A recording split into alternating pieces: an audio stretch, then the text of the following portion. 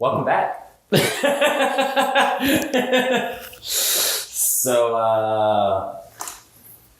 Yeah. Welcome back to another the second part of Avengers. Sorry, been smoking. Second recording today. So in the last part, we talked about the bill coming due, essentially the consequences of years of messing with the Tesseract, and that essentially sparking the plot of the first Avengers. And this, again, Avengers 1 is just nothing but like great storytelling. Mm-hmm.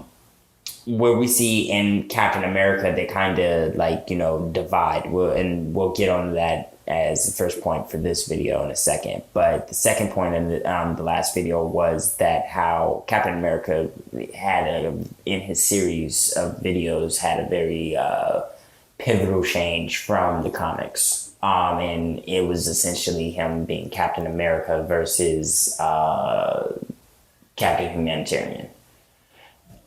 Which, like we said, nothing wrong with that. Right.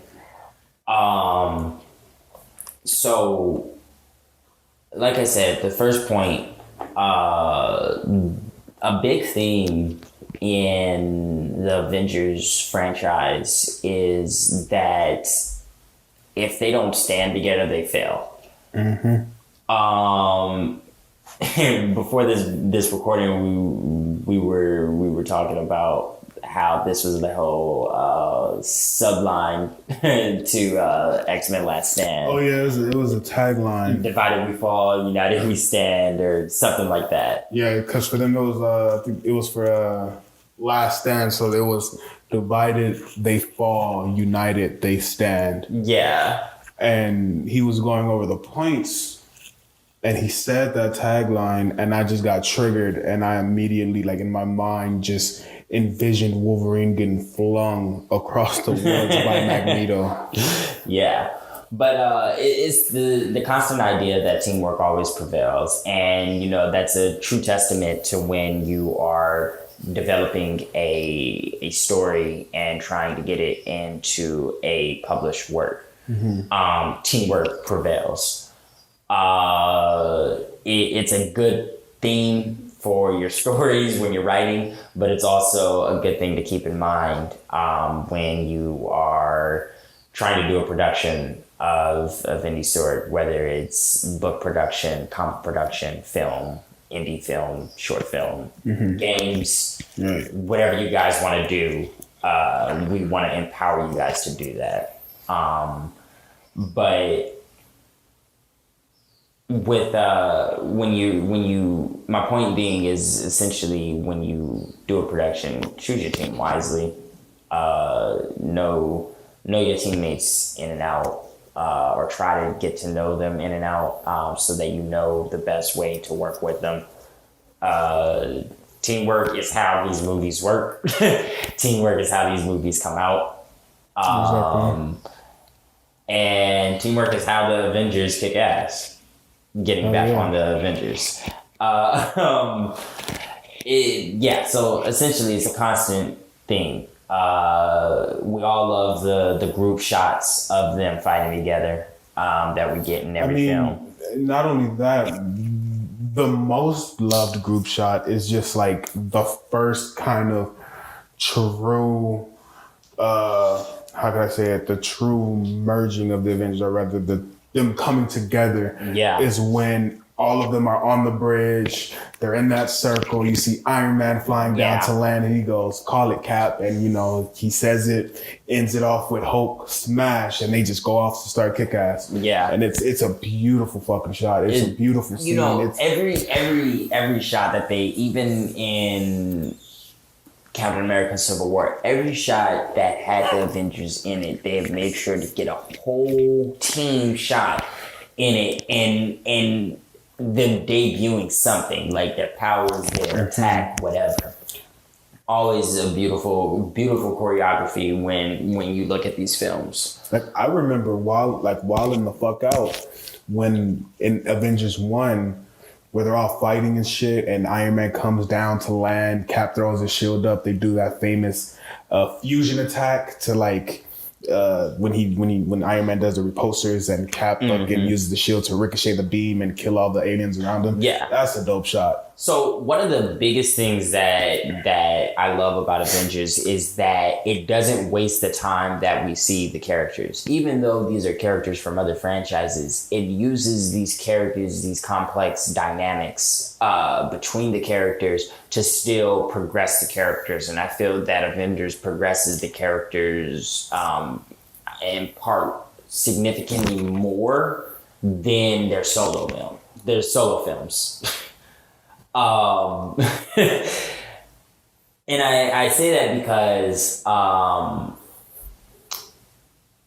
know what I realized what I said? Films. A mix between movies and films. But yeah, so I think take Iron Man, for example. After Avengers 1,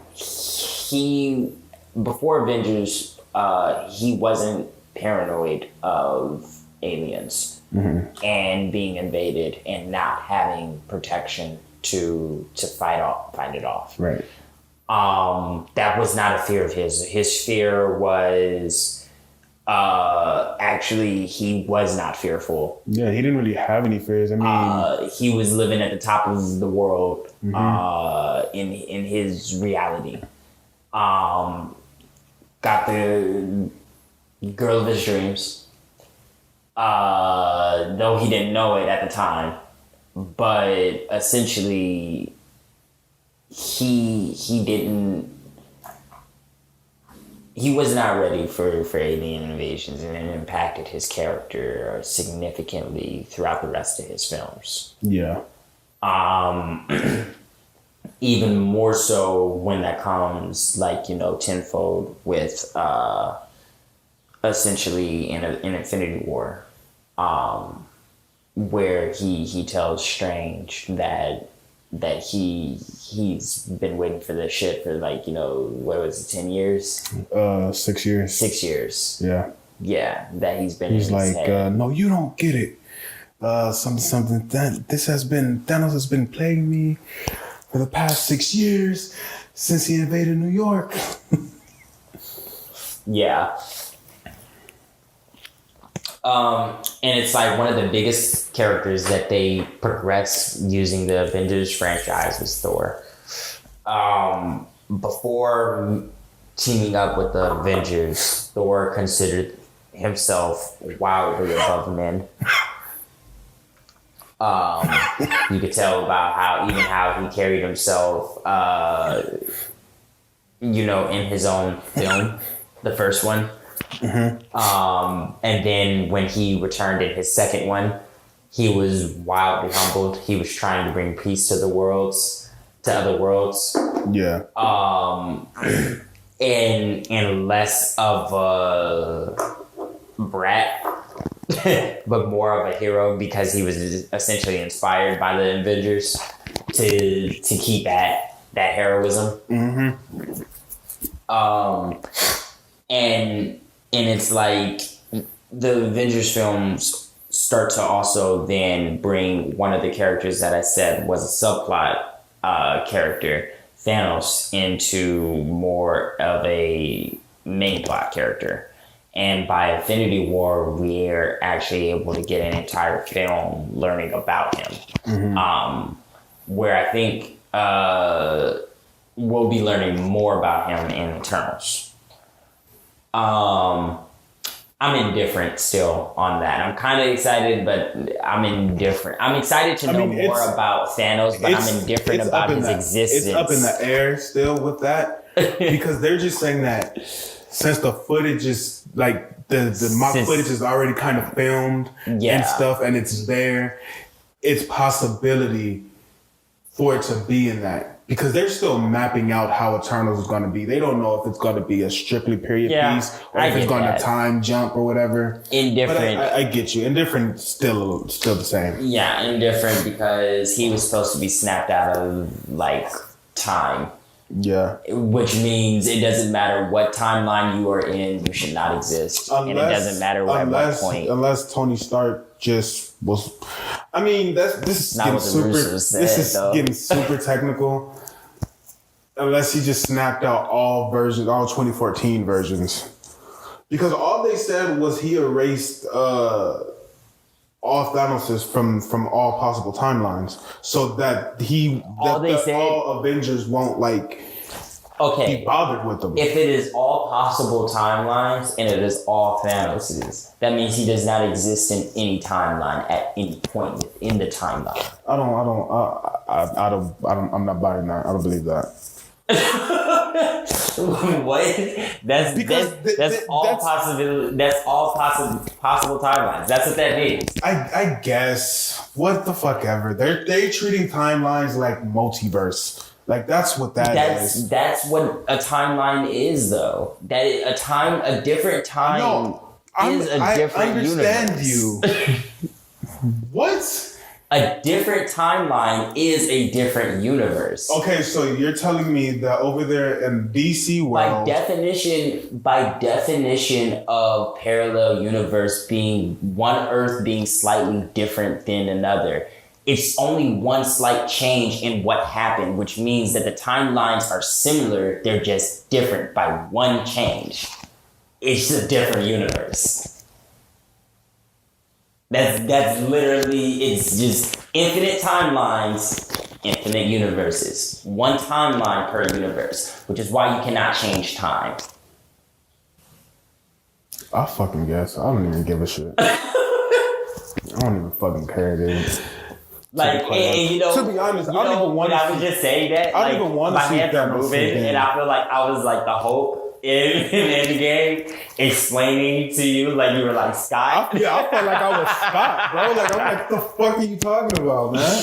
Hulk is another character that they actually progressed exponentially. Like that was a phenomenally great idea. They were not able to use the Incredible Hulk in solo films because the studio that actually owns the rights to the Incredible Hulk is for some reason not wanting to make money with the Incredible Hulk. I mean, do they own him indefinitely? When the fuck is the contract going to time out? Like what the fuck? I never even thought about that. How long has it been since the Incredible Hulk? 2008. Maybe 2009. I'm pretty sure 2008. It could be like a 10-year thing because you have to remember because I'm like if it's not a definite thing if I remember Universal owns Lionsgate, right? I have no fucking clue. I just know there. Or is that Paramount? I think that's Paramount. Okay, because I know Lionsgate was fronting their animations and they're on ends with them too. Yeah. And I believe that's who. Yeah, I believe Universal is the overarching umbrella. It could be. I don't for Paramount. Probably. Yeah, I have to look on Comcast's because Comcast is part of it. And you know how they have all their subsidiaries and shit. I've never thought about it. It's we know about contracts timing out and stuff like that, and we know that whatever it is, Universal or Paramount has the rights to the Incredible Hulk and Namor, I think. And I just never put two and two together and be well, why the fuck won't we should just wait it out? I've never thought about it that far ahead. You know, I'm just I've always been oh, that fucking sucks. We can't use them all the way. We can't get another fucking movie. You know what I mean? Yeah, I don't know. It's I feel like they're that's what they've been doing when it comes to Namor. Right. It's just waiting it out. Yeah, because it's what the fuck are 50 more characters now? That's what they don't have, and those are all Hulk related in Namor. Yeah, exactly. So exactly. It's at this point. Let me try and name these motherfuckers off. They can't use Incredible Hulk fully. They're using it, but they can't make a movie. They can't do She-Hulk. They can't do Red Hulk. They can't do Scar. They can't fucking do A-Bomb. They can't do Doc Samson. And they can't do Namor. Right. And it's they found workarounds. I'm pretty sure a TV show is another workaround. I think a TV show is a workaround. So it's like, oh, like I think it's just in it's movie form. rights. Yeah, movie rights. Like, yeah, I think it's just movie rights. So it's like a high. That's why they're not really tripping off HBO like level, like budget. I fuck with a show like that. We covered that it was rumored that they were doing a show kind of passing the torch because his arm was fucked up or whatever. They didn't clarify why he was passing the torch. Now we know. Yeah. Because his arm is permanently damaged. Yeah. So he's teaching Jen how to control the beast within and stuff like that. So she can join the Avengers and be the New Hope, which I'm totally fucking down for. Yeah. Then we'd actually see how, he controls it. Mm-hmm. Because that apparently wasn't in the deleted scenes. Yeah. Of which, for those who went, we appreciate your service. It's like, why? It's like, fucking, look, I love Marvel to death, but I would fucking never. Like, and then when I found out that nothing in the movie changed at all, like, period, point blank, aside from what they showed, like, I was like, wow. That kind of sucks. Yeah. So another point, since we've talked about heroes that have been built up through this, what was a subplot franchise is now its own franchise. Mm-hmm. Let's see. So we saw in Spider-Man actually how there's actual consequences to the fact how the Avengers are larger than life. Yeah. And one of those consequences comes in the form of Vulture. Right. Another one in a certain other character. Mm-hmm. So it's very interesting the perspectives we get to see from the small time heroes the Netflix shows. Yeah.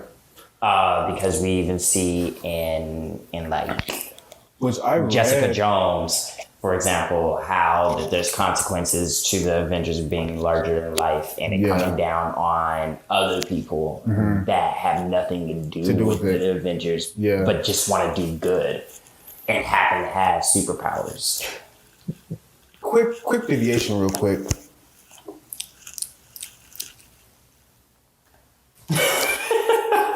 I just really thought about something. And I kind of know the answer. I just want to put this out there. It's like, these niggas are stationed in New York, and the Defenders dealt with a hand that was creating earthquakes to get to the fucking city underneath New York.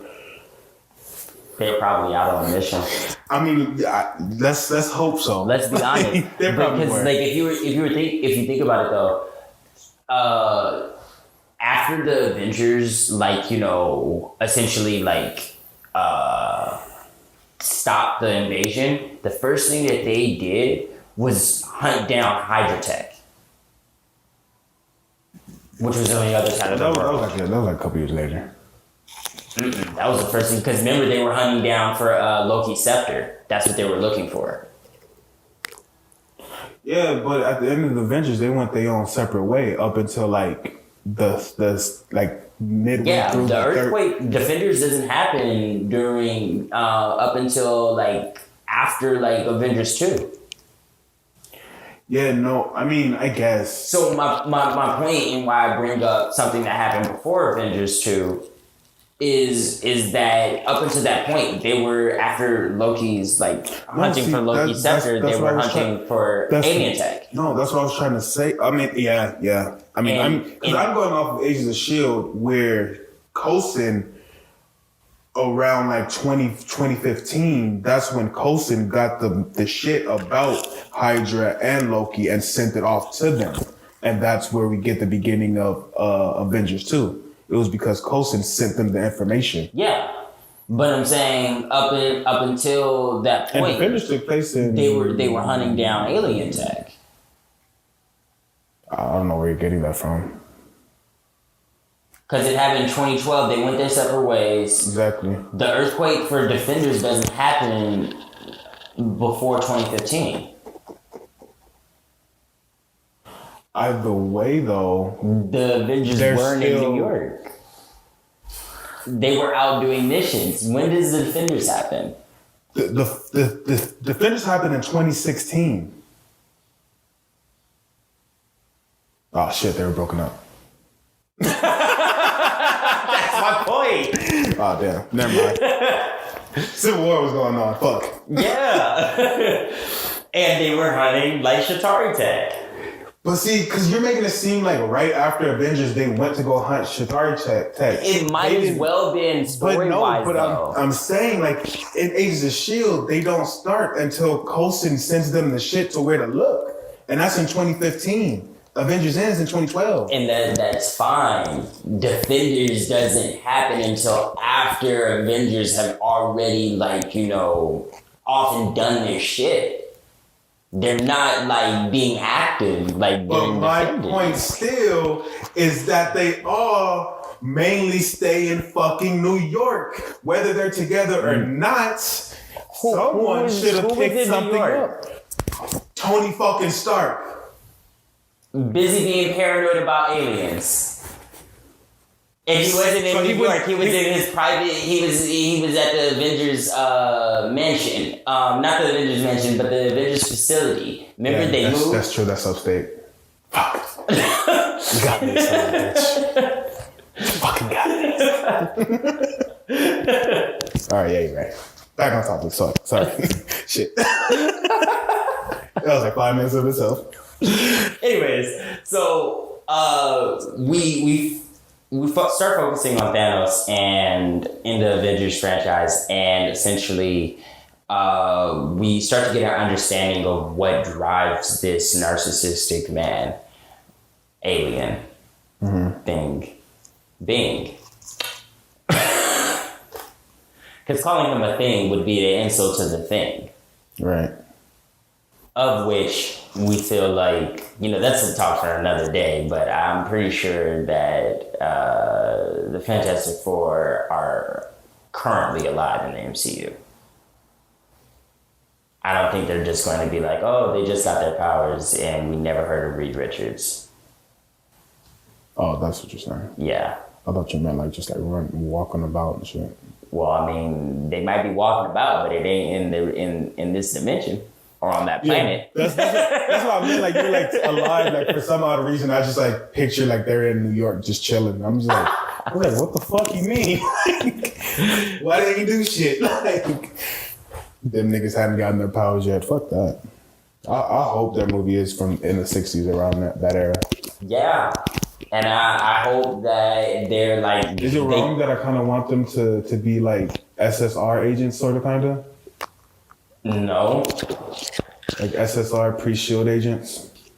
Is it wrong that I want them to get stuck in the negative zone and not be a part of the quantum realm? Well, the quantum realm is the microverse. I doubt I know I say the quantum realm because that's like the easiest way, but I doubt they'll be in the quantum realm for sure. Like, yeah. Like they're most likely in the negative zone, just chilling. I can't wait to see the intelligence like reads on screen. Because it's like the way that they do. I can't like, wait to see Amadeus. Yeah. That's gonna be fucking hard. What if Amadeus is featured in the Hulk show? If the Hulk show is true, that'd be fucking dope. Like it could be like a season 2 thing. Yeah. Like he just starts like each season it's like a different Hulk. Because like that'd be crazy. He had his own like hero identity before he became a totally awesome Hulk. So like it'd be cool if in season 1 he's inspired by Banner stuff, so he creates that kind of like secret identity of like being his own hero. Mm-hmm. And then like Banner comes to the terms that he probably can't fix his arm, so like, you know, they try and figure out a way to, I don't know, to like pull the gamma out of him or something. Like something goes wrong to where like Professor Hulk is kind of receding or something, and they're like, oh, a more savage Hulk is like like appearing and stuff. So it's a race against time to get the gamma out of Banner. Yeah. And then that's how they create the nanites to transfer the gamma into Amadeus. You know, I didn't like how Hulk didn't get that rematch, or that we didn't see the rematch. At least have him fight like Cole Obsidian in this one. Like, I would have been okay. See, I'm just hurt that he didn't get the rematch. I would have been okay if he would have fought Cole Obsidian at least. One monster knockdown, and it was like it's unfortunate. Like the most action we see is like him holding up the building, and then like the end fight, and like slinging people around. You briefly see him slinging it, but in the background, no. Yeah, like that's the saddest part. Yeah, but since going back on Thanos, one of the things that we were saying was that Infinity War focuses on Thanos, and one of the reasons why they're able to focus on the antagonists is because we already know the characters. At this point, all of them have had 3 films. Yeah. And have predominantly been set up enough to not really be focused on and be a subplot character to their own film. Which, damn, that's a ballsy move. But kudos, because it surely paid off. Yeah. Because they spent the time to have a compelling villain, which added to the flair of the movie. They almost made a compelling argument with what justified his, the jaw-dropping, ending. Yeah. And there's a lot of things that, we get to see as fans, even more so in Endgame, because of, Thanos and his tendency to be arrogant. Man, Thanos was a great fucking villain. Yeah. I'm not even gonna lie. I'm just looking back at it. I'm just damn, if they introduce a nihilist, how you think they would introduce a compelling annihilist? He's the owner of the whole negativeverse. Yeah, see, I don't know that much about Annihilus besides he's a bug and the king of all the bugs or whatever, and he the negative zone is his domain. Yeah. But I would be interested if I would be intrigued if they can work it in. It'd be pretty dope, I think. Yeah. I always thought his design was cool and he seemed like a pretty cool character, at least to me. Although, Johnny surviving in the negative zone for 2 or 3 years, just kicking ass, is pretty fucking dope. Yeah. Non-stop. Yeah. And them coming out, essentially, a level of an Omega level mutant, but... Well, he always kind of was. He was just kind of scared to and that. I'd be okay with the negative zone being what kind of mutates them. Same. Just like in the Fan Force stick. Yeah, I was okay with that. I was okay with that aspect. What I wasn't okay with was how long it took. The rest of it? How long it took for it to build up. That was me. It was the rest of it. It was a film that quite honestly needed to be longer. If you were going to build up the characters in the way that you built them up. I didn't have a problem with the way they built up the characters. The trailers, yeah, same. The trailers made the movie look so good and interesting. In action-packed. That's the power of marketing team, though. Yeah, but the sad thing about it is I don't know. I don't know if they intentionally. Well, of course they intentionally did that, but I don't know. It just seemed like the trailers was the best of what we got. You know what I mean? Like you said, I'm okay with the origin of that film, how they get their powers and stuff. And I'm okay with them being the government's covert team before they become, the Fantastic Four. No different than them being part of the SSR. Yeah, and I'm just Like that seemed cool. Like the trailer of like Ben Grimm jumping out as a thing and like landing on the grip of tanks and like fucking shit up. I was like, fuck yeah, dude. Like that seems cool. It is definitely out of pocket for what the Fantastic Four do, but in the aspects of origin, it would definitely set up why they don't mess with anybody else's shit. Exactly. Why they keep to their own and why they don't do anything unless it's because of them. Mm-hmm. Or something that they were like tampering with, or something that they only are equipped of. Cataclysmic, such as the incursions, or like having to go out and rebuild the multiverse. You know what I mean? Which is something that they could have quite frankly been doing. Like we don't know, like we had said in the Captain America, you guys or not Captain America, but Captain Marvel video. We don't know everything in the MCU. And because we don't know everything in the MCU, that just simply means that we can essentially, at any point, learn about a past that we just never knew existed. Yeah. But that was the last point. Just to wrap up this video, to let our audience know what we'll be doing in future videos. Before we analyze, now we're going to apply.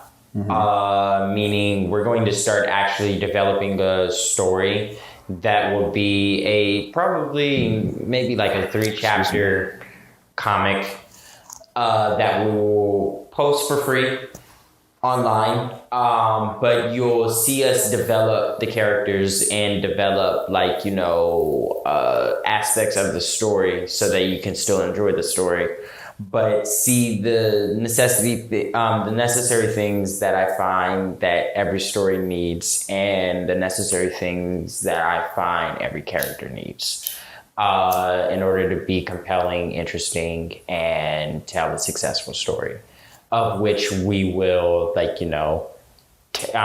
into practice with a story. The synopsis of which will come out in its own separate video probably next week. Mm-hmm. Anything you'd like to say?